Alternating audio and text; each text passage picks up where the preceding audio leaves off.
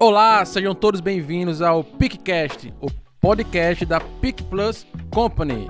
Podcast que foi criado, meu amigo, para você empreendedor, obstinado pelo sucesso, que todos os dias acorda e pensa o que eu vou fazer hoje para alavancar o meu negócio. O que eu vou fazer hoje, talvez, para continuar com o meu negócio. Então, meu amigo, se você se identifica, esse podcast foi criado para você. Para quem não me conhece, eu me chamo Guilherme Fernandes e hoje eu estou aqui com uma pessoa muito especial, um grande empresário que já tem mais de 4 anos que eu sonho com esse momento. Primeiro episódio, e eu quero apresentar para vocês o meu amigo Wandson Rocha. Seja muito bem-vindo, meu amigo. Olá, meu amigo. Guilherme, meu irmão, tudo na paz? Tudo na paz. É um prazer imenso. Realmente, há mais de 4 anos que você me convida para o podcast. E essa criação desse podcast já tem muito tempo. É um sonho e está sendo realizado a partir de agora. Fico muito feliz por estar aqui sendo o primeiro entrevistado e saber que o sonho está se tornando realidade. Como a vida de todos os empreendedores. Sempre foi de um sonho. E o seu está começando agora e está sendo realizado. Estou aqui para agregar junto com você o que eu puder. Eu vou ser livro aberto para estar com você e poder passar para os ouvintes, os telespectadores, que a vida é difícil, mas nada é impossível. Show de bola, meu amigo. E pode ter certeza que é uma honra muito grande ter você aqui.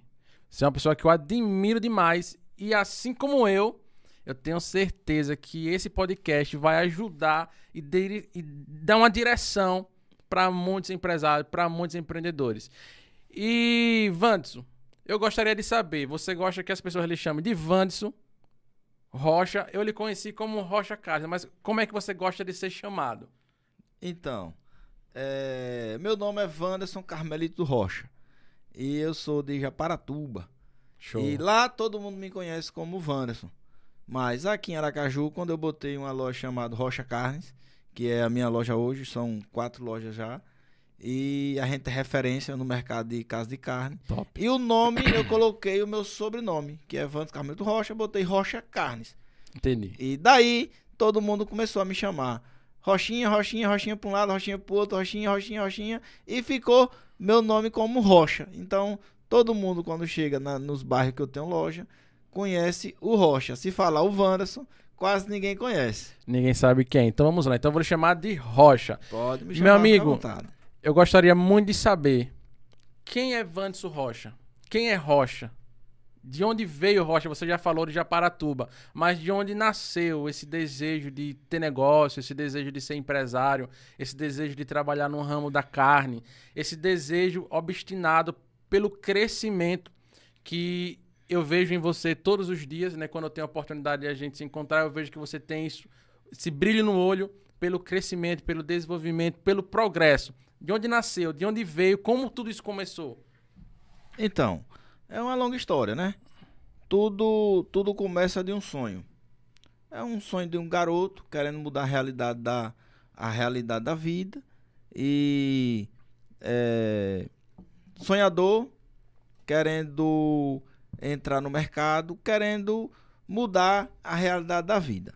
A realidade justamente é essa. Mas lá de Japaratuba eu tinha uma vontade imensa de crescer, de evoluir. E eu tinha um sonho demais de vir morar em Aracaju e ter um açougue. No começo não tinha muita oportunidade. Lá no interior, certo, geralmente, ou é prefeitura ou é Petrobras, ou cana-de-açúcar. Então, eu não me identifiquei com nenhum dos três e decidi entrar no empreendedorismo. Foi aí que, à medida do tempo vai passando, as dificuldades vai aparecendo, foi que eu comecei a ganhar gosto. Mas de onde foi que veio, por exemplo, tem pessoas, empresários que parte para o empreendedorismo pelo exemplo do pai, de um tio, de um amigo. Você teve alguma referência de empreendedorismo na sua família para você seguir? Ou foi totalmente da sua cabeça? Como foi esse feedback, esse bastidores? Boa pergunta. O que aconteceu? Meu pai, a vida toda, sempre teve uma vendinha. Antigamente era chamado de bodega. Ele sempre Certo. teve uma bodeguinha lá no interior de Japaratuba. E eu nasci vivendo com isso. Eu nasci dentro do comércio, né? Vendo Entendi. meu pai sempre na bodeguinha, depois se transformou numa mercearia. E eu vi esse progresso todo. Aí, de repente, ele chegou a ter um bar também. Aí chegou até a ter um bar. E o tempo foi passando e eu fui convivendo com isso. Eu, desde os 10, 12 anos, que eu convivia com a No mercearia. caso, você trabalhava dentro da mercearia do seu pai. Era trabalhar dentro Com da quantos mercearia do meu anos pai. esse processo? Era 10, 12 anos, até os 14 anos. Dos 14 anos eu comecei a querer caminhar só, como diz a história, né? O que você fazia nesse período lá na mercearia do seu pai? Só pra gente entender, né? Eu fazia tudo, pesava açúcar, pesava farinha, pesava arroz. Antigamente vendia arroz, era pesado, arroz, farinha, Verdade, eu açúcar. lembro. E eu fazia de tudo, ia pro caixa, empacotava, entregava nas casas das pessoas que não poderiam pegar peso. Eu fazia de tudo na mercearia do meu pai. Então você acha que essa passagem foi até os seus 13 anos, Sim, até os 14. até os 14, formou a sua mentalidade de querer ser empreendedor? Sim, acredito demais que sim. Mas depois dos 14 eu já comecei a empreender. Já comecei na suinocultura. Foi o meu passo. Uns 15 anos mais ou menos, eu comecei na suinocultura. Criando porco, né? Sim, sim. Sabe aquele porquinho no fundo de casa? Sim, Pronto. perfeito. Meu pai tinha uma propriedadezinha assim. E eu comecei a criar suíno. Porco. Antigamente era na lavagem, depois começamos a dar ração e a evoluir. E Quantos anos? 15. 15, 16 anos. Comecei nessa pegada da suinocultura. E fui trilhando, depois entrei na venda do suíno em feira livre. Quando você começou com suíno, tipo assim, você comprou um casal de suíno e botou pra reproduzir. Pronto, não. Eu comprei os bacurinhos, chama-se de bacurinho, que é os filhotes do suíno. Os filhotes dos porcos, né? Entendi. Os porquinhos, né? Sim. Eu comprei 10 porquinhos. Sim. Aí desses 10 porquinhos eu criei, eles cresceram. E 10 porquinhos, aí eu vendi, aí depois comprei mais 20, aí vendi e comprei mais 40, aí vendi e comprei mais 80. Aí foi passando o tempo, eu tinha muito suíno e eu comecei a... Peraí, você falou que com 15 anos você tinha 80 suínos. Que você comprava e vendia. Já uns 17, 18 anos mais ou menos, já tinha uns 80. Porque assim, eu demorava 4 meses, 5 meses. Aí eu comprei 10, aí vendi, aí depois comprei mais 20, aí vendi, depois comprei 40, aí vendi, depois comprei 80. No final tinha quase 200. E mais ou menos eu com uns 19 anos, mais ou menos. Eu já tinha já quase uns 200. E com essa produção, eu já comecei a bater. Por quê? Eu ganhava tipo assim, R$100 no suíno. R$100 no suíno, no ciclo todo. E o atravessador que comprava de mim, ele ganhava R$100 também.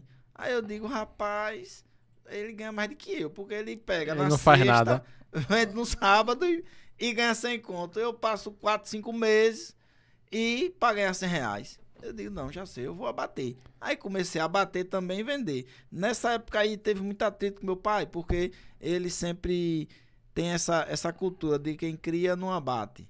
E quem abate não cria. Entendi. Ele é muito conservador e ele tinha essa cultura. E eu decidi abater, porque aí eu ia ganhar 200, né? O 100 com mais 100, 200. Aí eu comecei a bater e fui evoluindo, abatendo em feira livre, entregando para restaurantes. E ali na região de Carmópolis, no Vale do Cotiguiba, Rosário do Catete, Japaratuba. E nessa conversa eu tive uma curiosidade agora. Com quem foi que você aprendeu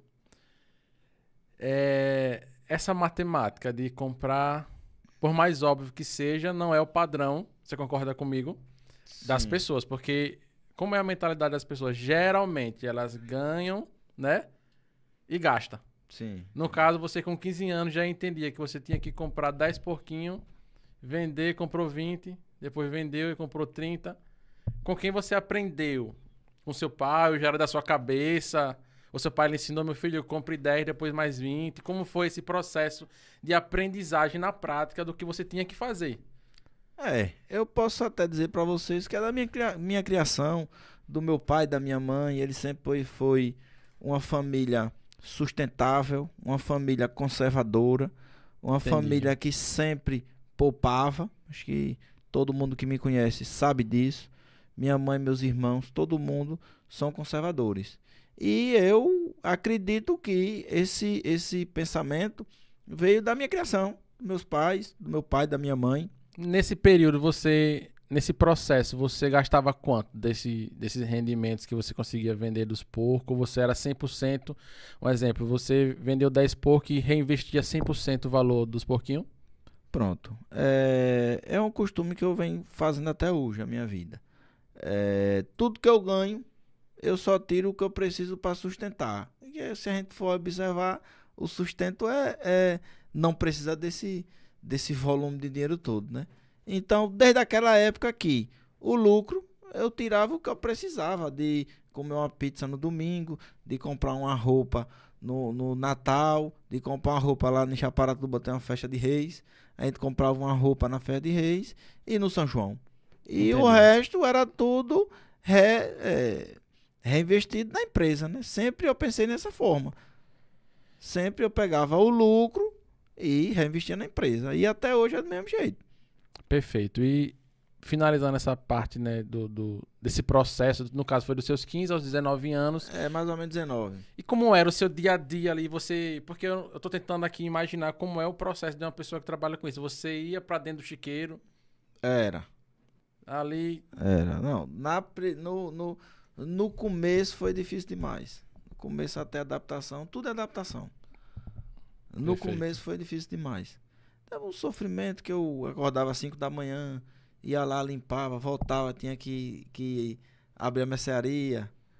Aí ficava na mercearia, quando era tarde voltava para ir dar ração. E o sofrimento é o sofrimento comum. Porém, que é um sofrimento.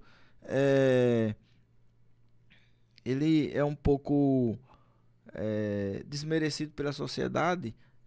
A sociedade acha que a pessoa do agro não tem conhecimento, não tem desenvolvimento. É um pensamento equivocado, né?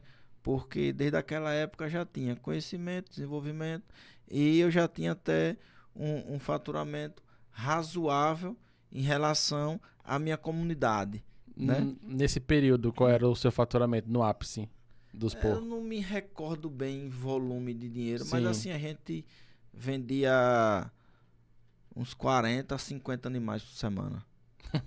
Era, com 19 anos. 19 anos. Show de bola. E daí dos porcos partiu pra onde? Tá em Japaratuba criando porco e do nada, como você veio parar em Aracaju? Então, aí começou um sonho muito grande que foi muito maior do que eu. Foi a era do YouTube. Quando lançaram o YouTube que chegou e eu comecei a assistir o YouTube, eu comecei a ver casa de carne, ver açougue, ver carne, aí a paixão foi aumentando.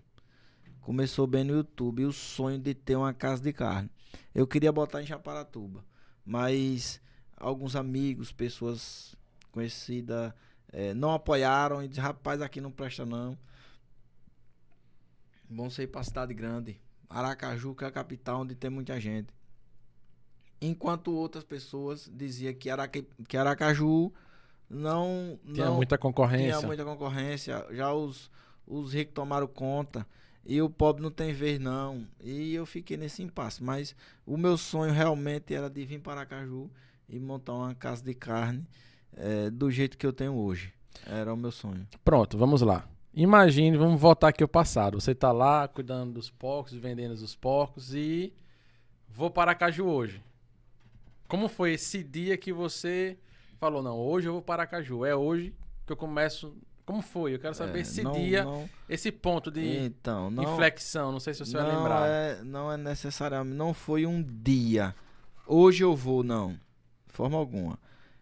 Foi uma decisão tomada pelo o meu desenvolvimento.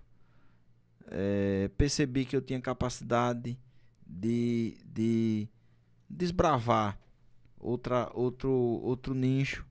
E naquela época eu não chamava de nicho. Eu percebi que eu tinha capacidade de tocar um comércio, né? Show. De tocar um comércio. E eu fui criando essa expectativa na minha mente, criando esse sonho na minha mente.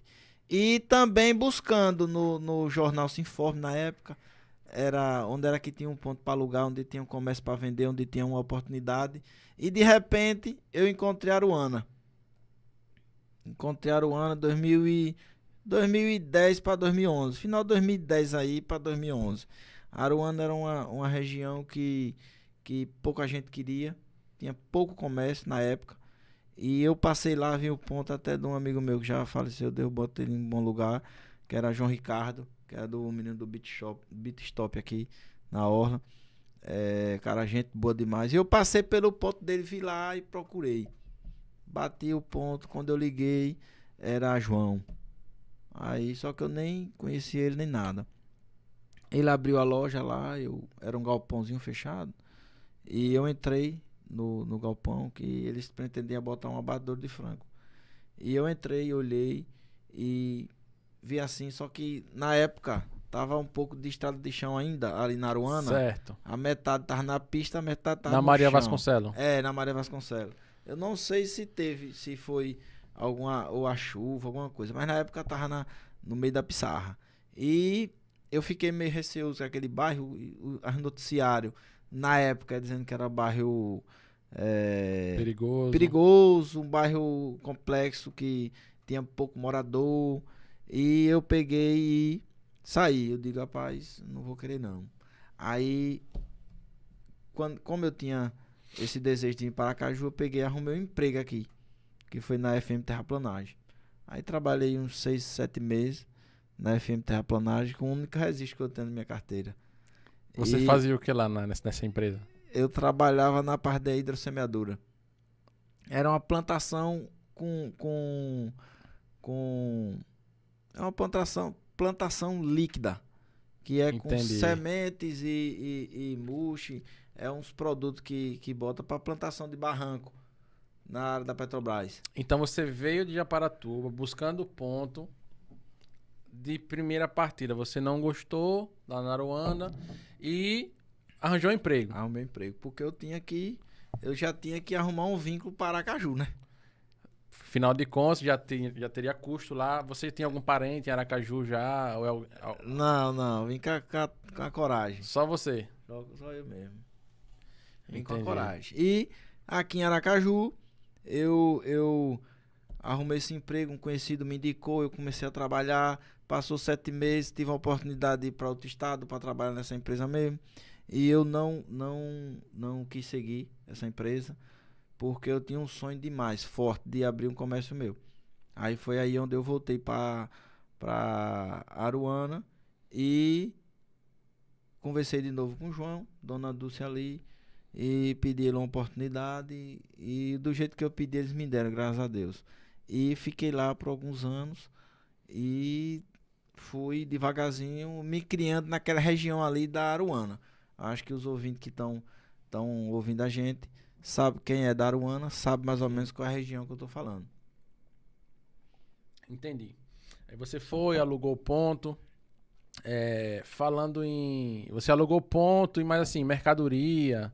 Você já tinha uma estratégia? Então, tinha estratégia. A estratégia era uma... Eu vendi tudo lá, que eu tinha lá no interior, e levantei uma granazinha, mas aquela... Sim. Conservadorzinho. Fui aos poucos, sentindo o mercado. À medida que o mercado ia precisando, eu ia injetando. À medida que o mercado ia precisando, eu ia injetando. Todo começo ele é complexo, não tem pra onde correr. A gente não acredita que vai dar certo. Aí não se entrega de corpo e alma, né? Muitas vezes não dá certo porque não se entrega.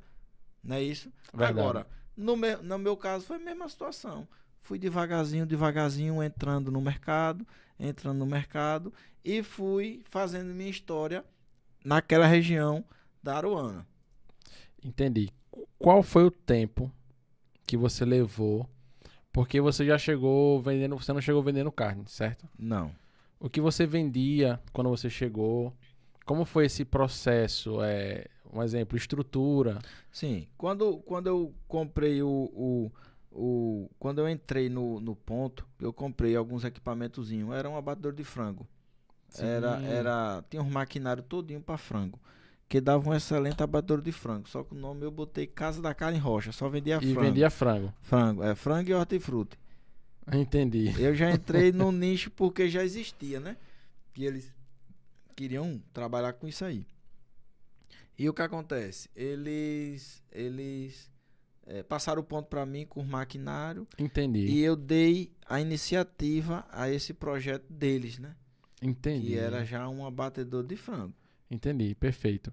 E como foi? Você ficou quanto tempo nessa formatação? Assim, o processo ele foi meio rápido, né?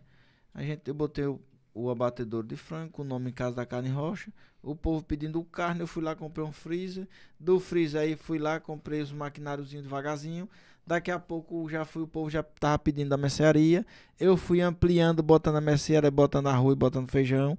E voltando o nicho que eu fui criado, né? Lá em Japaratuba. E o processo foi assim, foi dessa forma. E assim, você vai contando, vai passando um filme na minha cabeça. Mas uma grande curiosidade. Você veio para Aracaju, você tem que morar em algum lugar. Você morava no comércio, tinha sua casa? Então, como era essa logística? nessa época aí, do começo, eu morei dentro do escritório. Lá tinha um escritório 2x2. Sim. E eu passei aí uns 2 anos e meio para 3 anos morando dentro desse escritório.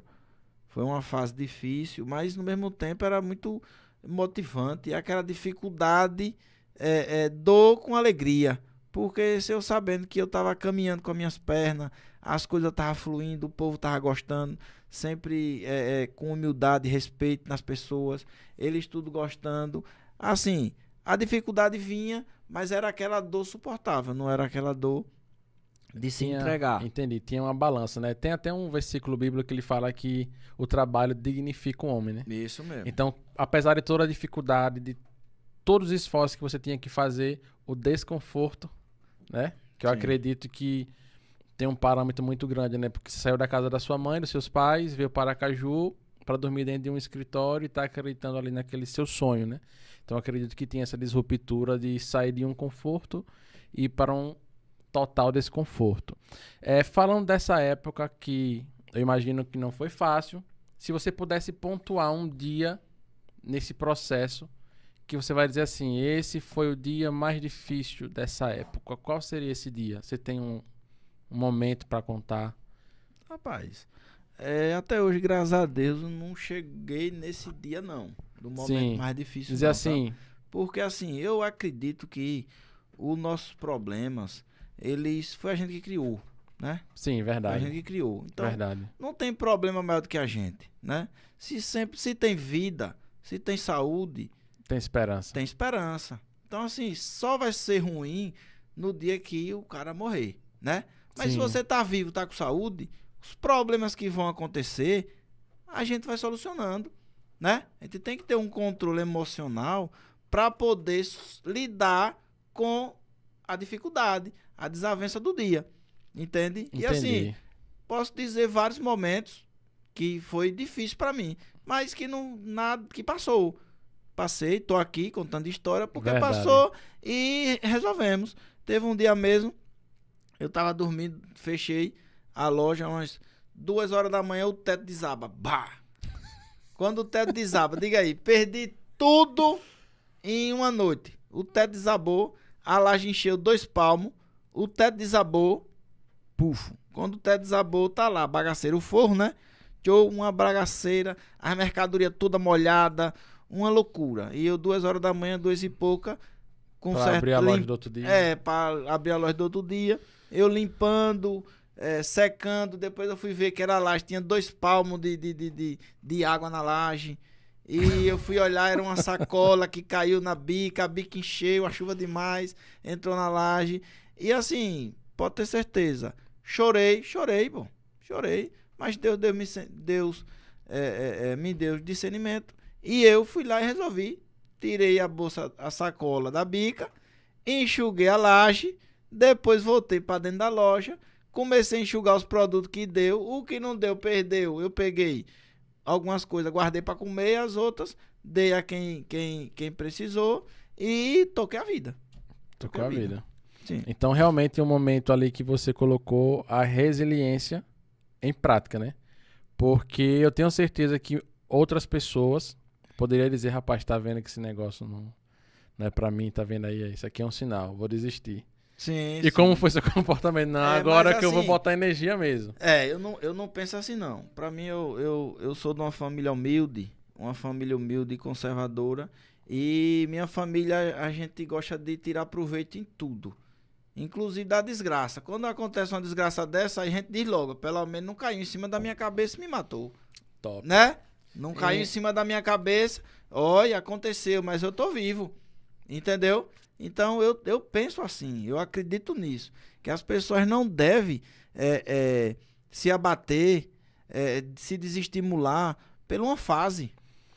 Por uma fase. Aquilo é uma etapa que está acontecendo na vida da pessoa, que é uma fase. Isso passa. Eu concordo plenamente com o que você está contando. Eu costumo sempre dizer para os amigos, né, as pessoas quando têm a oportunidade de dar uma palavra de incentivo, né, que 10% é o que a vida lhe dá. E 90%, meu amigo, é o que você vai fazer com que a vida lhe deu. Sim, seu teto caiu, ali é o 10% que a vida lhe deu. Isso mesmo. O seu 90% limpar tudo, dar comida, comer o que tal, resolver o problema e tocar. Isso mesmo. Você pode fazer isso ou chorar e desistir. Então, é sempre 10% que a vida lhe dá e 90% é o que a gente vai fazer. Eu acredito muito nisso. É a história do limão, né? É isso mesmo. Se a vida lhe der um limão, faça uma limonada. Uma limonada, isso mesmo. É isso aí, meu amigo. E vamos lá. Chegou em Aracaju, teve essa oportunidade, começou a trabalhar, as dificuldades vieram. Quando foi o momento que você falou, rapaz, o negócio está começando a engrenar? Quanto tempo durou? Então, até chegar esse momento assim, de verdade, que você teve aquela sensação. É porque o empreendedor, o empreendedor, ele é meio que insaciável, né? O empreendedor, ele sempre tá ali, ele sempre quer mais, ele tem que querer mais, porque o mercado, ou você quer mais para evoluir, ou o mercado evolui por cima de você. Então, assim, tem várias chaves na minha vida que eu mudei de chaves, como você está perguntando. Tem várias. Eu dei um passo muito grande na minha vida justamente nesse dia que o telhado caiu, que a parte do forro caiu, né? Sim. Porque eu peguei, arrumei o forro, corri atrás, reabri a loja novamente e continuei trabalhando. Quando eu acabei aquilo ali, foi uma virada de chave para mim.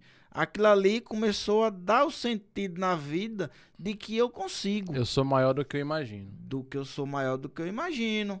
Isso mesmo. Então, assim, são pequenas chavezinhas, microchaves, né?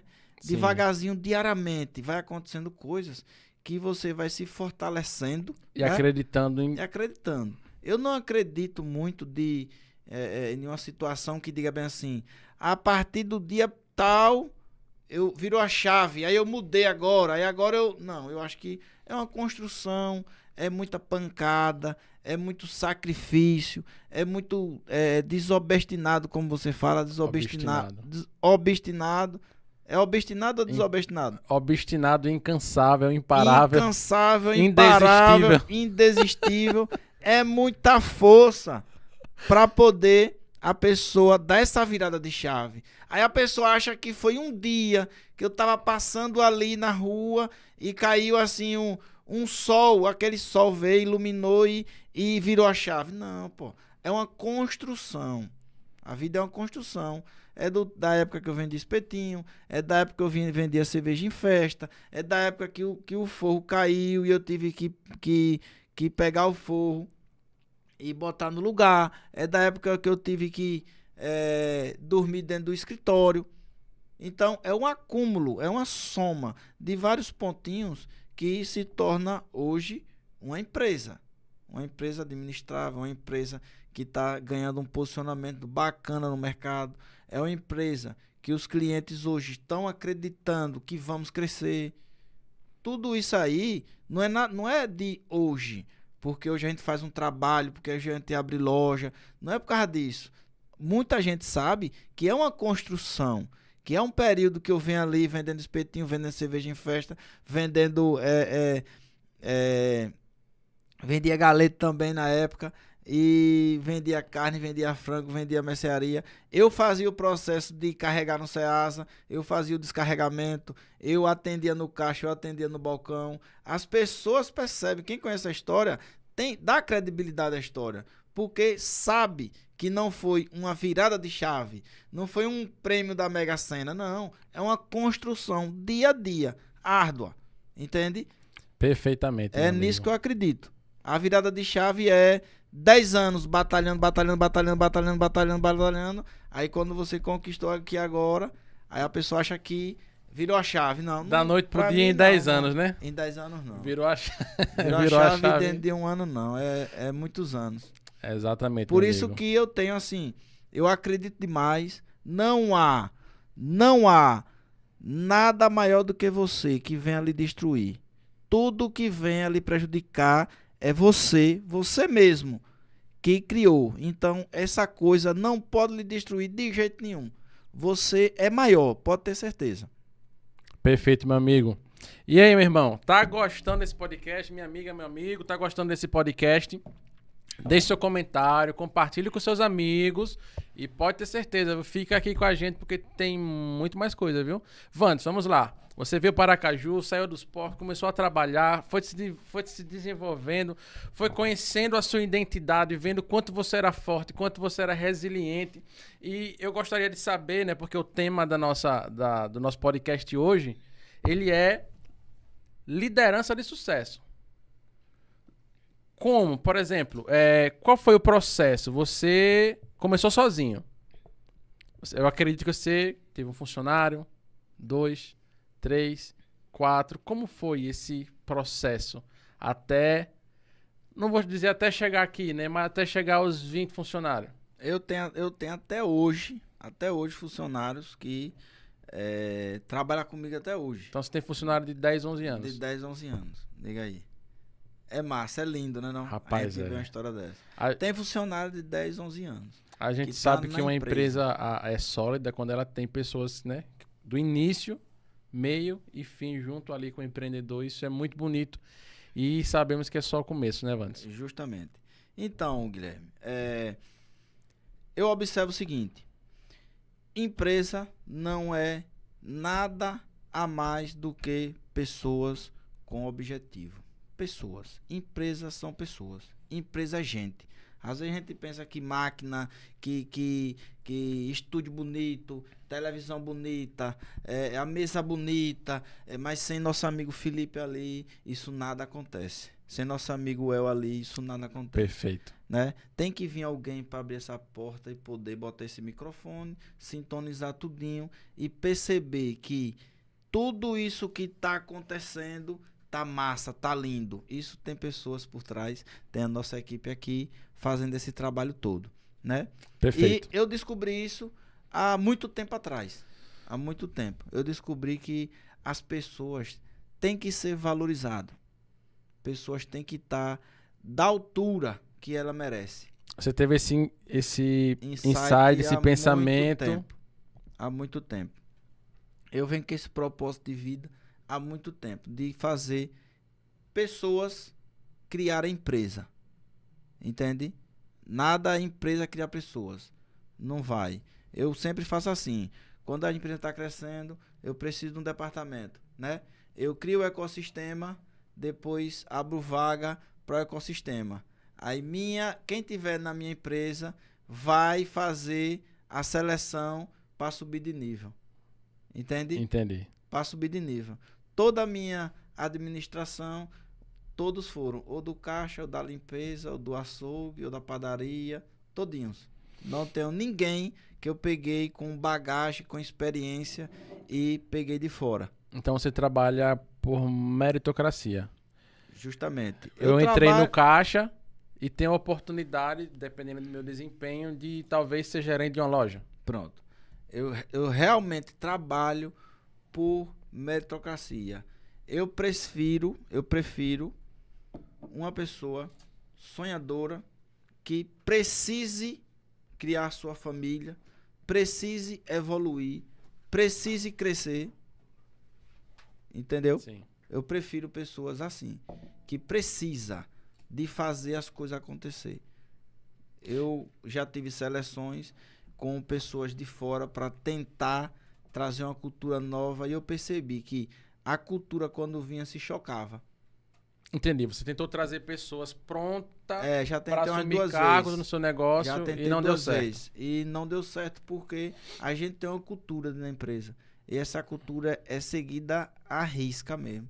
Eu tenho meus colaboradores que estão comigo, que sonham. O projeto de vida deles é a minha empresa. Entende? Então se torna a empresa deles também. Entendi. Então eu penso assim, que empresa é pessoas. Empresa é pessoas. E na minha empresa eu valorizo demais as pessoas. Entendi. Wanderson, se você pudesse orientar, né, todos os empreendedores obstinados por sucesso que estão nos assistindo nesse momento, qual seria imagine uma receita do bolo para você conseguir identificar quem é o diamante dentro da sua equipe? Tem vários diamantes, né? Mas você conseguir identificar quem tem o perfil.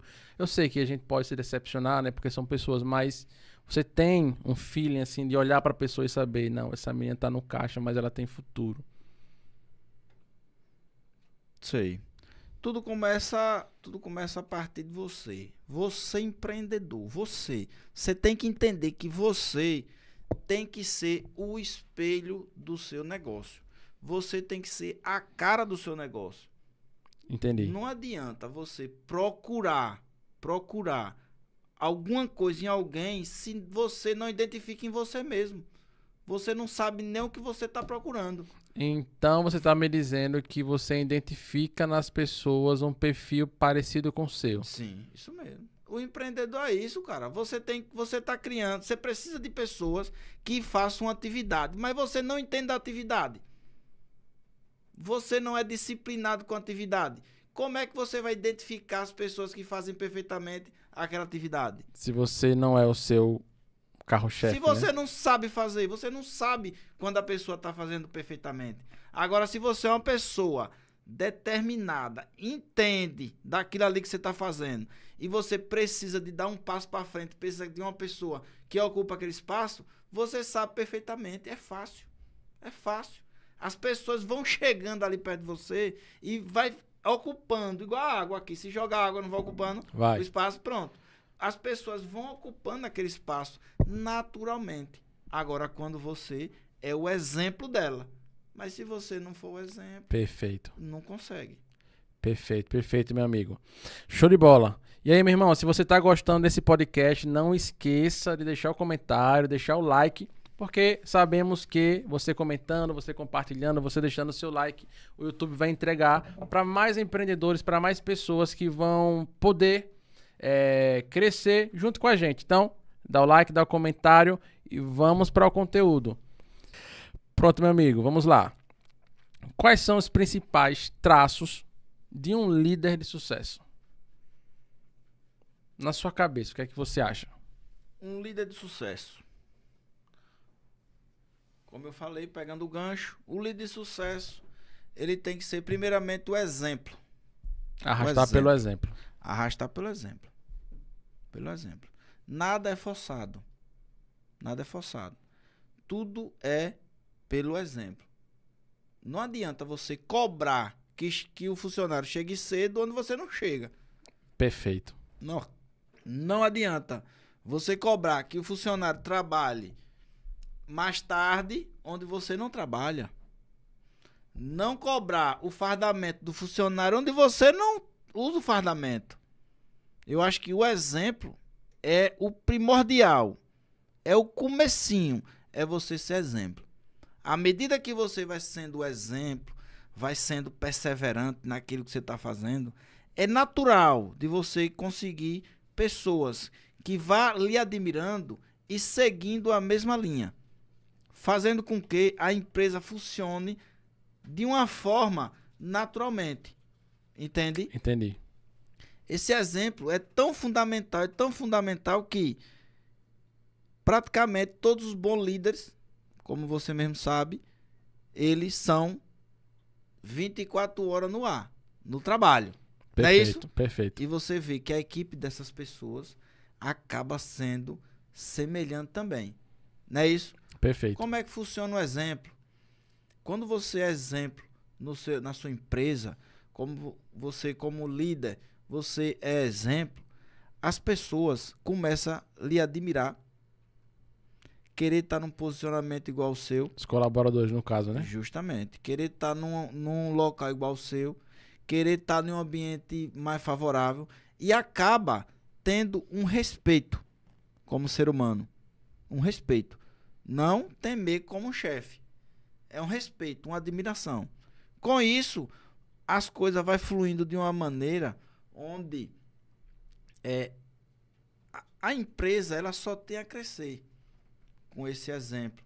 Porque o que acontece? Quando você dá um exemplo que você mantém firme, as pessoas vão lhe acompanhando.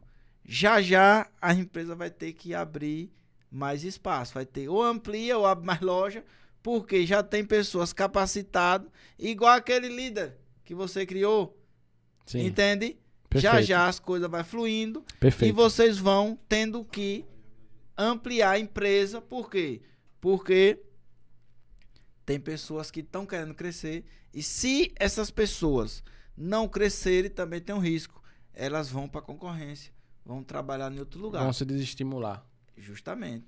Então a liderança, basicamente, eu digo que é exemplo. Perfeito. Resume-se em exemplo e o resto acontece organicamente. Organicamente.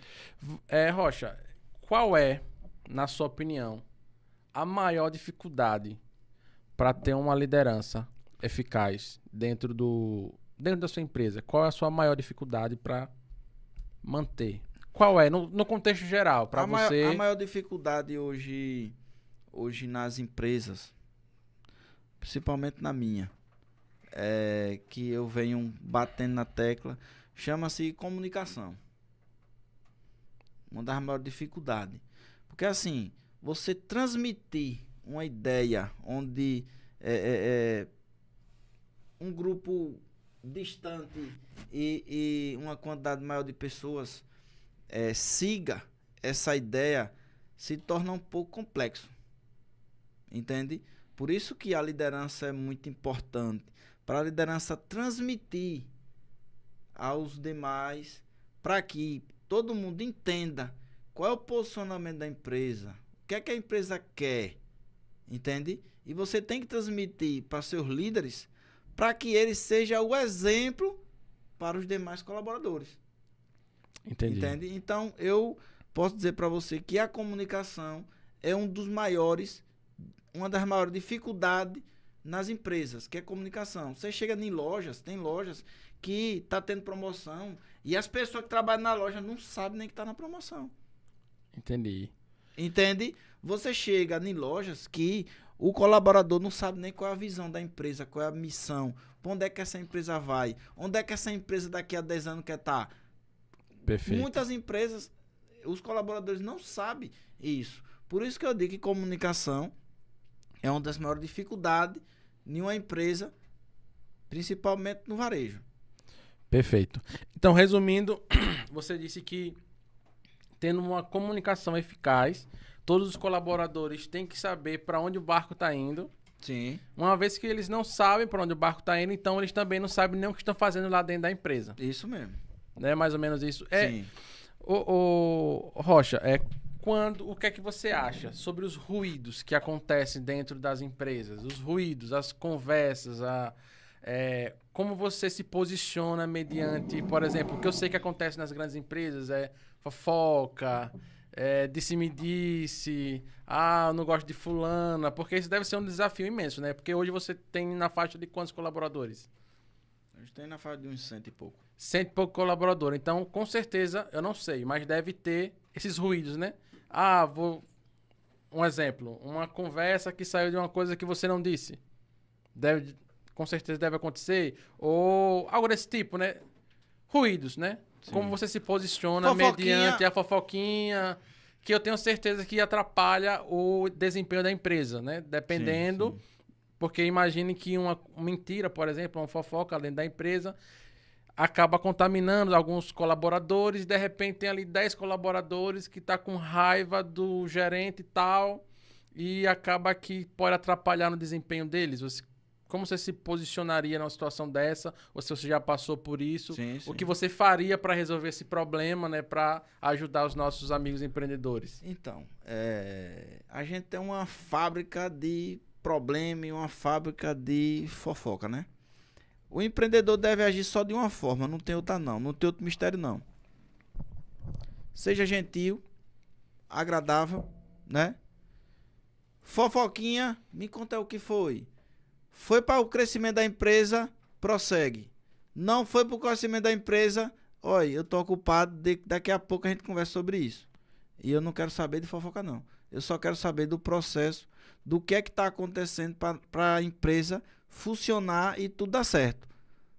Caso seja o contrário, para saber de alguma coisa que não tem a ver com o meu cotidiano, eu não estou nem afim, não quero nem saber. Principalmente na parte administrativa. Não existe fofoca, não tem disse-me disse, não tem não. Lá é muito claro, é muito aberto. O nosso propósito o dia todo é falar sobre Rocha Carnes.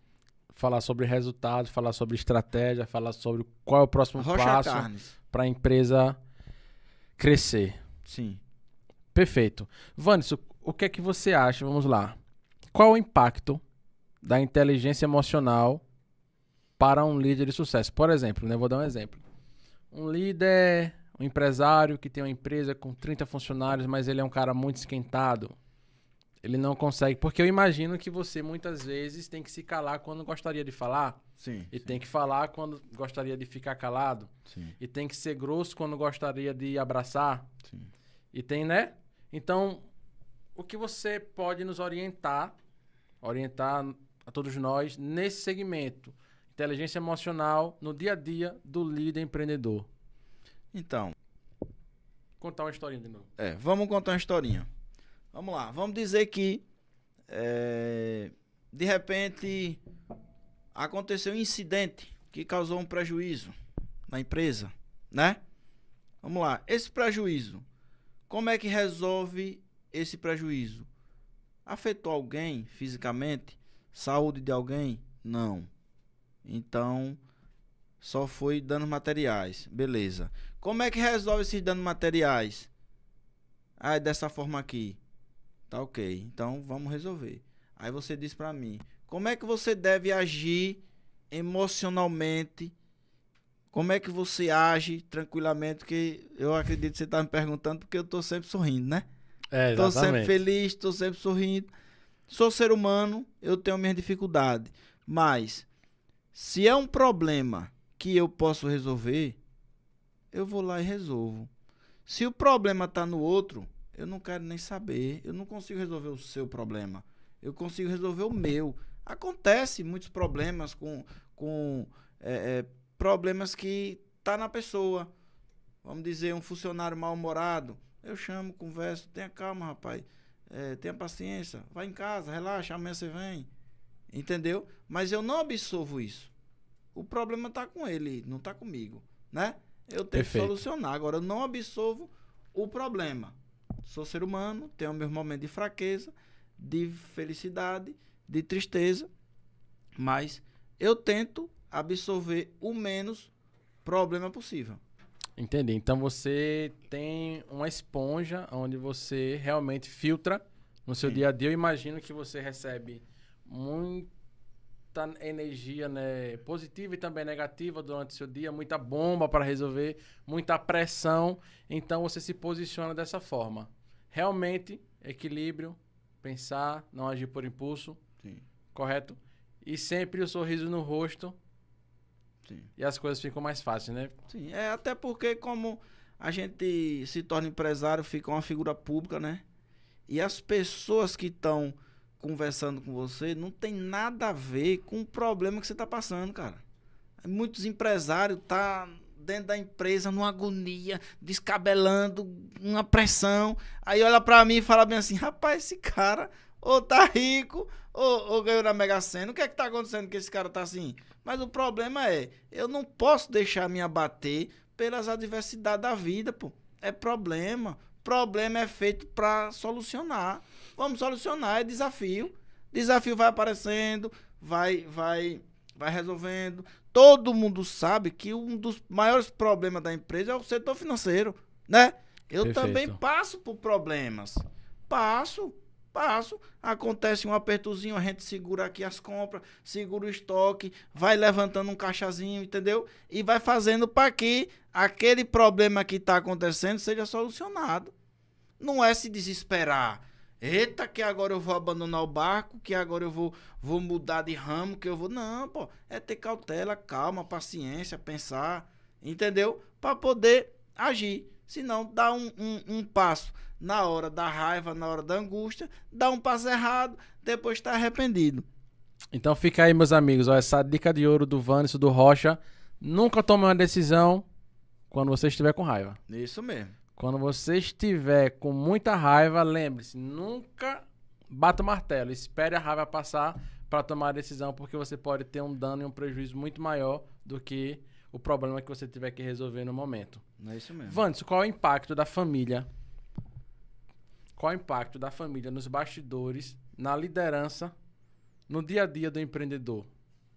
Então, tem até Silvio Santos, né, que fala bem assim aí. Não ligue para o que sua mulher vai falar, não ligue para o que seus amigos vão falar, não ligue para o que seus irmãos vão falar.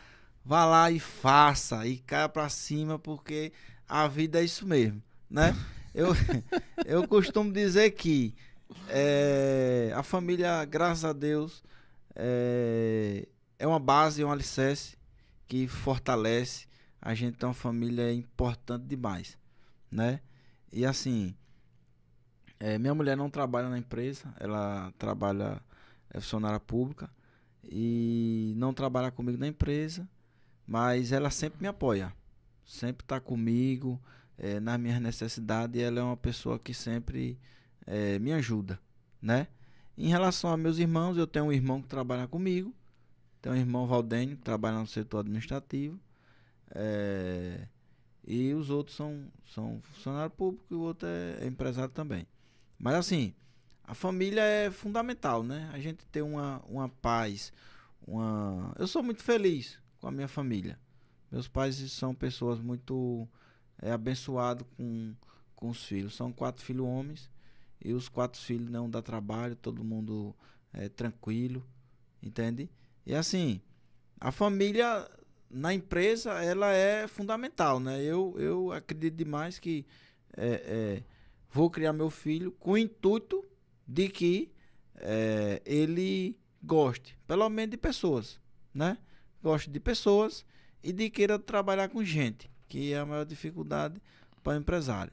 Se ele vai seguir a carreira do pai, eu não sei, mas vou apoiar ele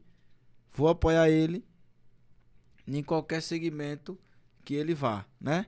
Ele já está agora, já ficando quase de maior, né? 3 anos de idade, já estou fazendo uma programação para ele, né? Mas enfim, o pai deve apoiar, igual meu pai me apoiou, minha mãe me apoiou, e o esposo e a esposa devem se unirem e trabalhar com o propósito de que a família desfrute de coisas boas.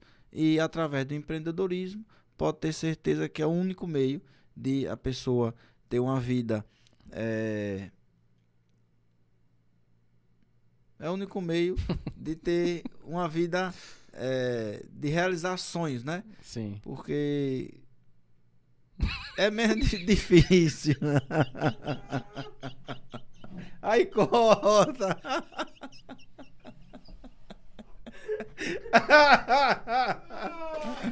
Bora.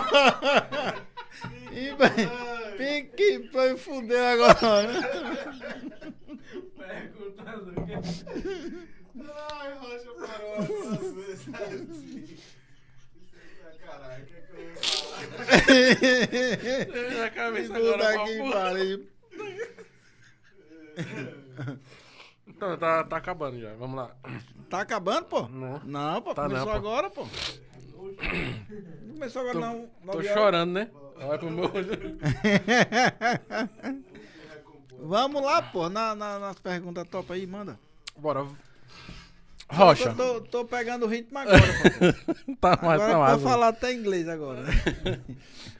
Wanderson, existe essa pergunta, ela roda, acho que roda todos os podcasts de empreendedorismo. Você acredita que, explique, né? O olho do dono é quem engorda o gado?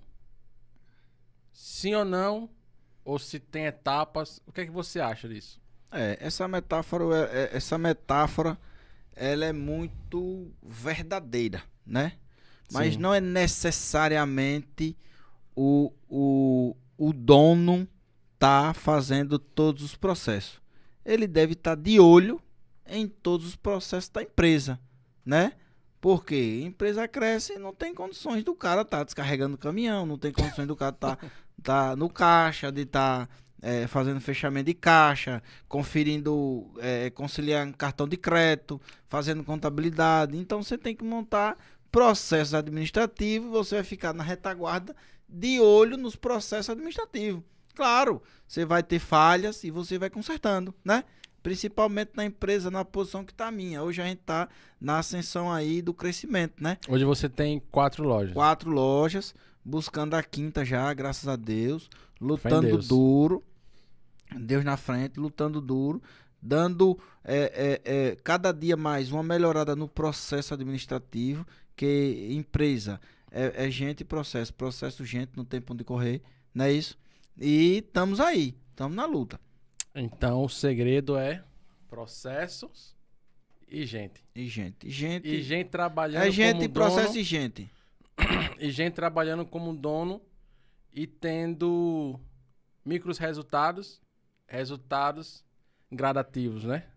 Porque eu lembro que você falou que você recompensa, né, os seus parceiros, né? Eu posso resumir isso assim: simplicidade, honestidade e generosidade. Perfeito. Essas 3 palavras aí, ela tem que estar com o empreendedor.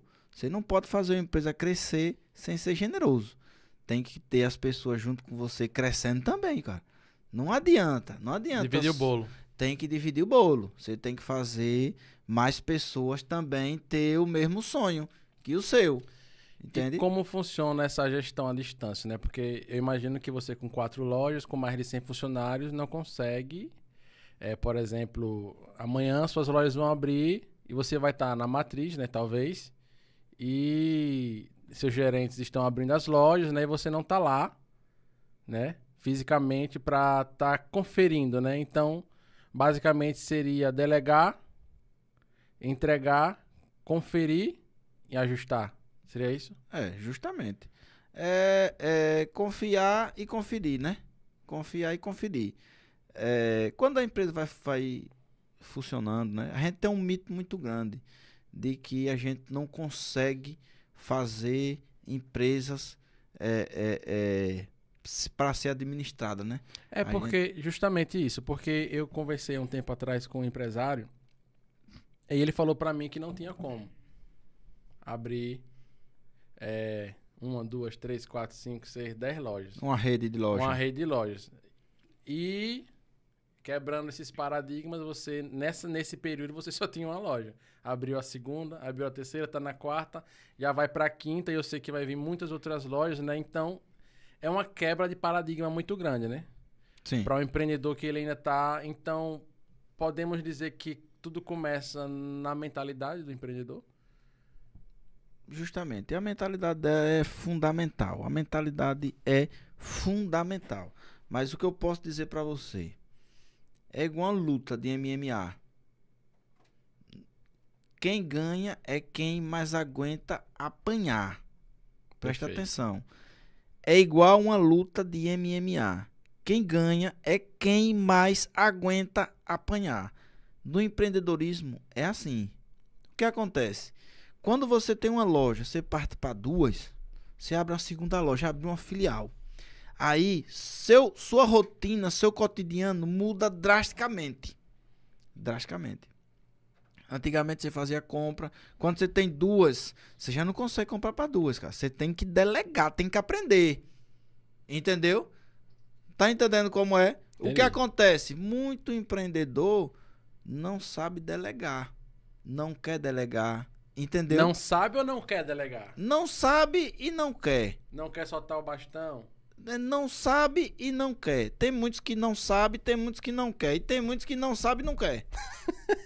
Entende? Entendi. Só quer crescer. Acha que crescer é ir pra praia, é viajar. Não, pô. Crescer é cada dia pegar mais responsabilidade. Entendeu? E crescer é também dividir responsabilidade. A pessoa, quando vai crescendo, é como eu falei, a luta de MMA. O que acontece? As dificuldades vão aumentando. As pancadas vão aumentando. Né? Quanto mais poder, mais responsabilidade. Quanto mais cresce, mais responsabilidade, mais pancada. Aí é onde tá, igual a luta do MMA que eu disse.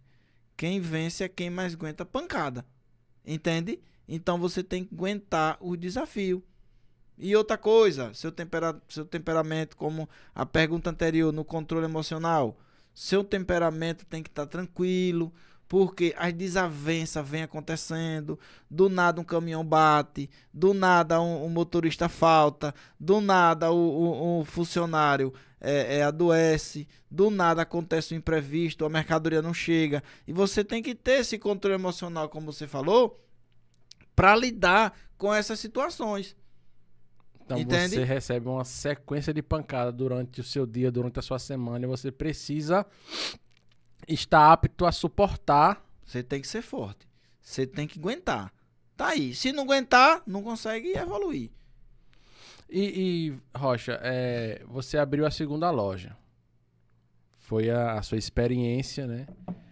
Você e partiu para a terceira, para a quarta e já vai para a quinta, né? Em nome de Como Jesus. foi esse processo? Esse processo de crescimento, o que mudou na sua mentalidade? Foi quando você conseguiu fazer a primeira? Como foi esse processo, assim, da primeira, segunda, terceira?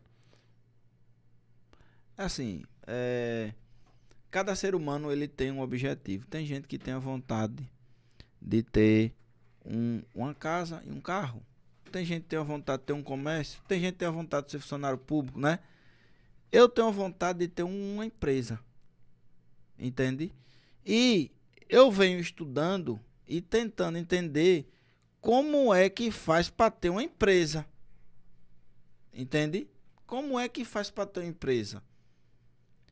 Gestão de pessoa, pancada nas costas, como eu venho falando, entendeu? Esse controle emocional é uma soma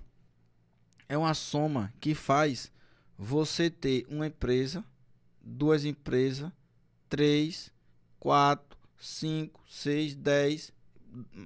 Magazine Luiza tem 1.600. Entende? É um controle emocional e ao mesmo tempo um sonho. Entende?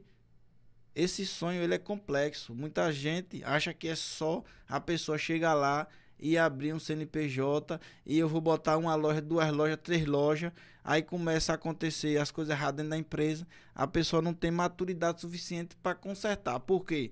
Porque não teve o processo do estágio até chegar na situação de poder botar mais empresa. Claro que se você mudou a situação, você vai ter um resultado diferente.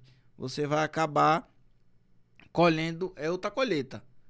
Faz a mesma coisa, mesmo resultado. Faz coisa diferente, colheita diferente. Não é assim? Perfeito. À medida que você tenta crescer, você vai começar a colher coisas diferentes. Entendeu? O problema tá aí. Você tá esperando uma coisa e vem outra. Perfeito. Esperando uma coisa e vem outra. Perfeito. Meus amigos, esse podcast, como eu já falei no início, é um podcast para o empreendedor que quer vencer. É um podcast para o empreendedor que quer, de fato, construir uma história. Uma história grandiosa. E o podcast da PIC Plus Company, que todos que irão fazer parte, né, desse podcast são os parceiros, né, que fazem parte do nosso ecossistema. E, Rocha, qual o impacto hoje, né, que você está de uma forma ativa, né, vivenciando o marketing digital dentro do seu comércio, né, do seu negócio, da sua rede de supermercados / açougue, né? Qual o impacto do marketing digital dentro do seu negócio? Então, o marketing digital, ele vem para inovar, né? O marketing digital há muitos anos já vem aí e espalhando de nicho em nicho. Como é que eu enxergo o marketing digital? Como é que eu enxergo as mídias sociais? Eu enxergo o seguinte: antigamente era difícil demais da gente colocar uma publicidade na Rede Globo. Verdade. Né? Maior dificuldade do mundo. Hoje, eu com 4 lojas, né? 4 lojas consigo ter um Instagram com 100 mil visualizações em um post no Reels, né? No Rio, sim. Nos sim. Reels eu consigo ver 100 mil visualizações. Significa 100 mil pessoas que passaram por aquele anúncio. E para acontecer isso, só uma TV, não é isso? Exato. E o marketing digital facilita isso praticamente de graça. Exatamente. Agora sim, a gente tem que fazer o marketing digital voltado ao seu nicho. Aí por isso que a PIC Plus, ela tá me auxiliando hoje e eu tô muito feliz, porque tá tendo resultado, entende? O empresário, ele é basicamente resultado. Ele precisa de um círculozinho, onde tem uma rotina, uma deixa e um resultado, uma recompensa. Se não tiver essa recompensa, o empresário também desiste.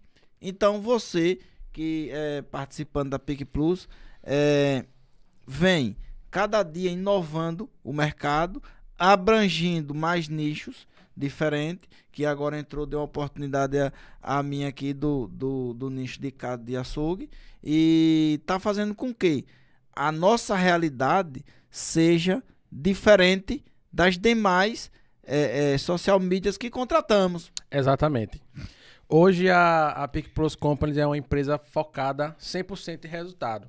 Se as nossas estratégias de marketing digital aplicadas dentro do seu negócio não te fazer vender mais, nós falhamos. Então, a nossa metodologia é focada 100% em resultado. Vamos lá, continuar aqui no nosso bate e volta, né? Muitos empresários, eles têm uma ideia que contratar uma empresa de assessoria de marketing digital, por exemplo, seria uma despesa. Fale da sua experiência. PIC Plus Company, assessoria de marketing digital, Growth Marketing, né? Voltado para, no nosso caso aqui, varejo. É uma despesa ou uma alavanca de resultados? Bom, eu hoje, com o resultado que eu estou tendo, eu encaro como um investimento. Perfeito. Eu encaro como um investimento. Não vou mentir para você. Eu achei no começo que era uma despesa. Porque todo mundo acha. Mas hoje eu tenho certeza. Eu falo firme que a PIC Plus hoje, no meu ecossistema, ela é um investimento. E eu tenho retorno de todos os meus investimentos. Em relação a números, a gente vem crescendo, 5, aumentamos para 12 e já estamos quase em 20% em cima do nosso faturamento. E que queremos crescer muito mais. Até o final do ano, a gente vai crescer muito com fé em Deus. Então, peraí. Agora aqui quase eu caio para trás, vamos lá. Repita de novo. 3 meses de trabalho com a PIC Plus Company, quanto aumentou o faturamento do Rocha Carnes? Ela chegou, no último mês, chegou a quase 20%. Quase 20%. Então eu quero aproveitar esse momento, né? Vamos aqui vender vamos vender aqui a nossa fruta, né? O nosso hortifruti. Se você tiver essa oportunidade, olhando para essa câmera, né? Falando para um empreendedor, imagine que você vai falar com 100 empreendedores que estão na dúvida se eles vão investir ou não em uma assessoria de marketing para sua empresa. Então, manda um recado para o empreendedor, olhando para a câmera, do seu jeito, da sua experiência, na sua essência, do que você tem vivido com a PIC Plus. Que não é uma despesa, é um investimento. O que Guilherme vem trabalhando junto com a PIC Plus, junto ao Rocha Carnes, É um investimento que tem retorno imediato. Tem retorno imediato.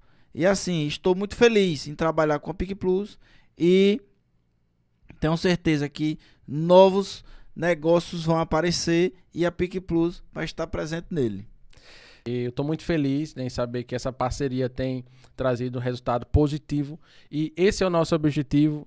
Essa empresa foi criada para trazer resultados para outras empresas e se isso não acontecer, a gente falhou. Então, de fato, a gente não pode ser de forma alguma despesa para as empresas. Nós temos que ser sempre investimento e catraca de alavancagem.